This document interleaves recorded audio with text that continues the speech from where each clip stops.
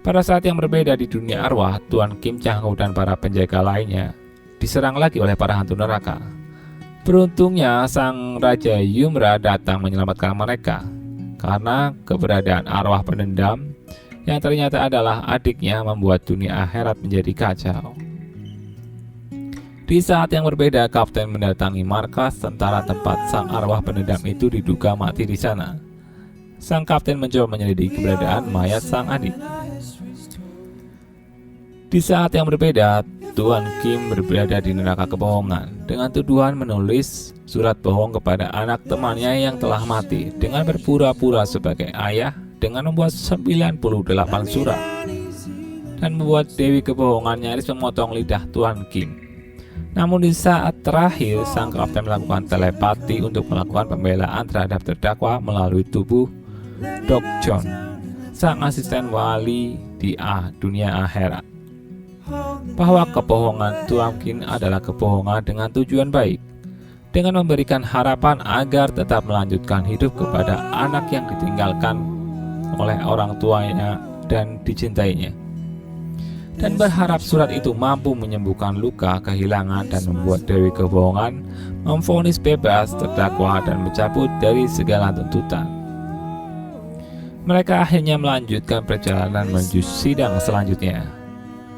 Tuan Kim mulai menceritakan keinginan terakhirnya sebelum mati adalah ingin memberikan sebuah penanak nasi kepada ibunya, di mana di dalamnya terdapat sebuah surat yang berisi kebenaran.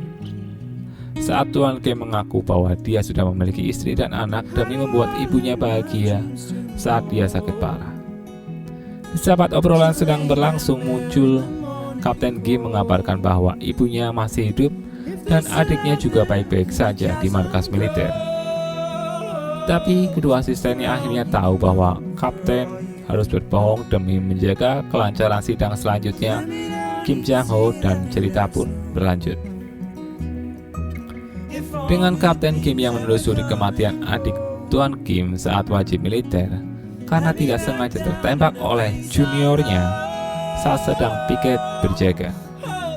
Dan sialnya, atasan dari adiknya di militer justru menutupi kematian Su Hong, adik dari Kim Chang Ho, dan sialnya lagi justru saat mengubur mayat Su Hong dan memberikan alibi kepada sang adik mangkir dari wajib militer.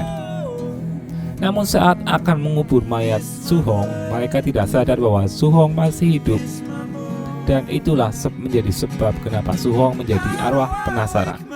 Dia dikubur dalam keadaan hidup-hidup. Di sisi lain, Tuan Kim dan dua malaikat penjaga melewati padang salju dan diizinkan lewat oleh hakim ketidakadilan karena dia memiliki tiket arwah mulia. Tetapi di saat yang sama, tebing-tebing es mulai runtuh, membuat mereka harus bergegas menuju kereta es dan melanjutkan perjalanan ke sidang selanjutnya.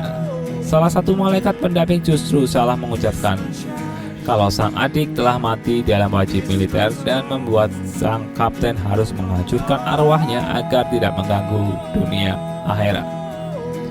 Sang kapten kembali dari dunia manusia. Tuan Kim meminta untuk tidak menghancurkan arwah adiknya. Lalu sampailah mereka di neraka kerasan. Dan menurut perhitungan para pendaking, seharusnya Kim Chang Ho bisa melewati sidang ini karena dilihat dari kehidupan Kim Chang Ho tidak pernah melakukan kekerasan, dan mereka pun melompat ke lubang hisab yang akan mengukur seberapa buruk mereka di dunia ketika menjalani kehidupan. Di saat yang berbeda, arwah sang adik melihat sang junior wajib militer mencoba bunuh diri karena sangat menyesali perbuatannya dan meminta kepada sang Kapten Kim untuk membantu sang junior agar tidak bunuh diri. Namun sang malaikat pendamping menolak karena seharusnya dia tidak ikut campur dengan dunia manusia. Namun arwah Su Hong bersikeras dan memohon serta berjanji akan mengikuti permintaan Kapten Kim untuk ikut ke dunia arwah. Hal itu membuat Tuan Kim luluh dan akhirnya membantu sang junior dari bunuh diri. Akhirnya arwah penasaran bersedia mengikuti Kapten Kim menuju akhirat. Di Di sisi yang lain, para asisten ternyata salah menduga mereka harus berhadapan dengan hakim kekerasan karena ternyata Tuan Kim telah melakukan kekerasan saat masih hidup dan harus disidangkan.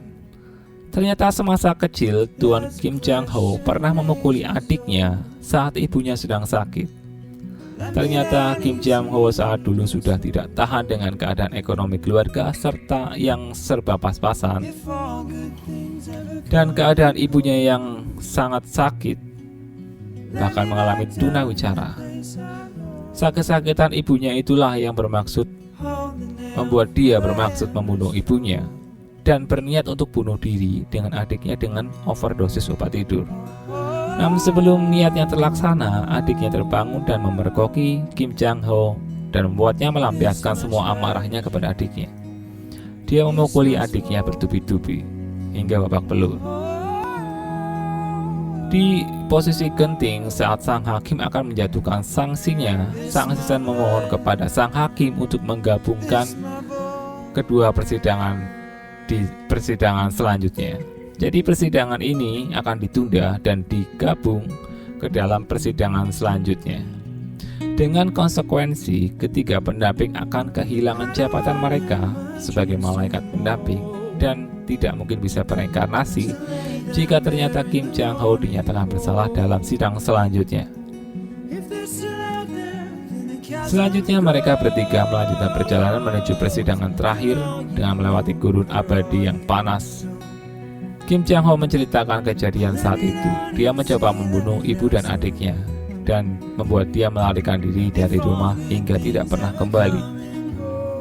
Namun di saat yang berbeda di dunia manusia, sang kapten berhasil membawa sang arwah penasaran untuk bersedia ikut ke dunia arwah. Namun dalam perjalanan menuju ke sana, terlihat sang ibu mendatangi markas militer dengan melakukan demo menuntut anaknya ditemukan. Karena sang ibu mendapatkan pengakuan dan peta lokasi mayat sang anak dari sang pelaku.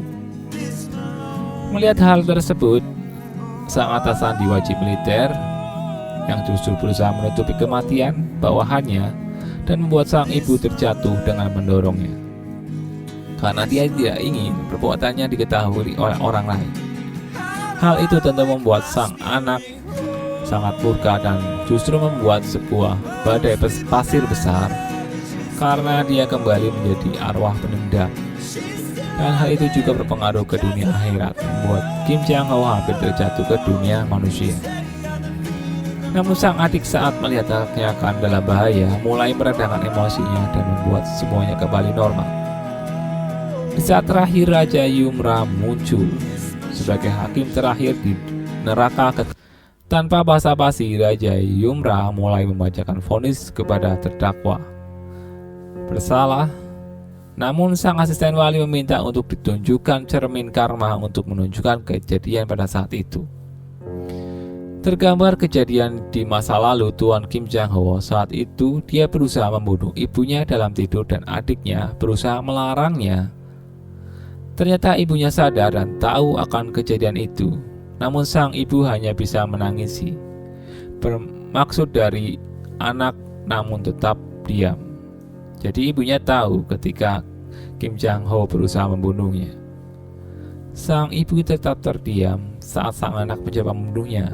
Karena sang ibu tahu kematiannya itu bisa meringankan penderitaan sang anak.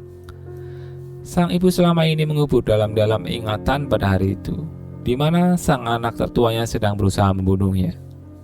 Karena sudah tidak tahan dengan keadaan dan selalu berharap kembalinya sang anak kembali ke rumah. Tentu sudah terlambat. Saat seseorang sudah mati, penyesalan tidak akan pernah berarti. Selama 15 tahun setelah kejadian tersebut, tidak pernah ada keberanian dari terdakwa untuk melakukan permintaan maaf kepada ibunya. Di saat vonis terakhir dibacakan oleh sang jaksa penuntut hingga terdengar ke dunia manusia, sang adik pun hanya tertunduk lesu. Sang kakak melihat sang adik akan mendapatkan hukumannya. Dan kembali saat terakhir, Kapten Ganrim masuk ke mimpi ibunya dan mengajak Suhong adiknya untuk ke sana. Siaran itu berlangsung streaming ke dunia akhirat dan disaksikan oleh Raja Yumra. Sang adik berpamitan kepada sang ibu karena Su-hong sudah lulus dari sekolah hukum dan akan ditugaskan menjadi hakim di surga, dan meminta ibunya untuk jangan lagi mencarinya. Lalu dia bertanya kepada sang ibu kejadian hari itu kepada sang ibu. Dan saya akan mengutip kata-kata terakhir dari Raja Yumra. Semua manusia hidup dengan dosa, hanya sedikit yang punya keberanian untuk memohon maaf. Dan hanya sedikit dari mereka yang benar-benar dimaafkan.